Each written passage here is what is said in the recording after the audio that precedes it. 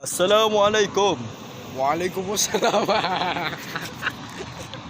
Ya, kita nak balik dah. Perjalanan menuju ke syurga. Nampak lagi.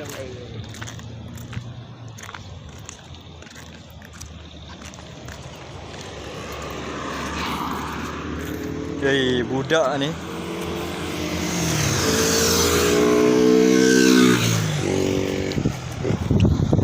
Laju betul motor dekat Taman Pinggiran Senawang ni. Macam dekat KL. Macam dekat highway KL. Sekejap ya guys.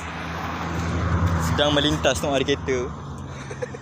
Boleh buat rekod kata orang. Orang tu marah.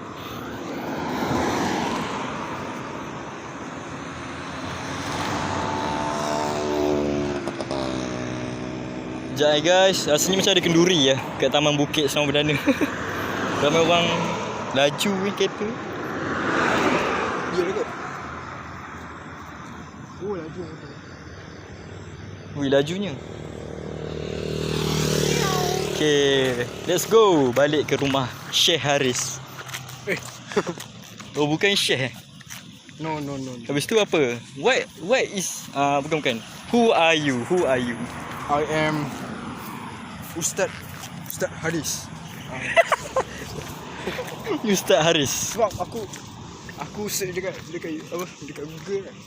Yang Syekh tu untuk panggilan title untuk macam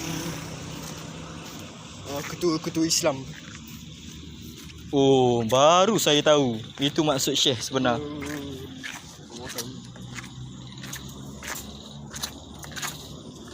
Baru balik daripada Stadium Paroi. Bosan ni jadi apa esok ni.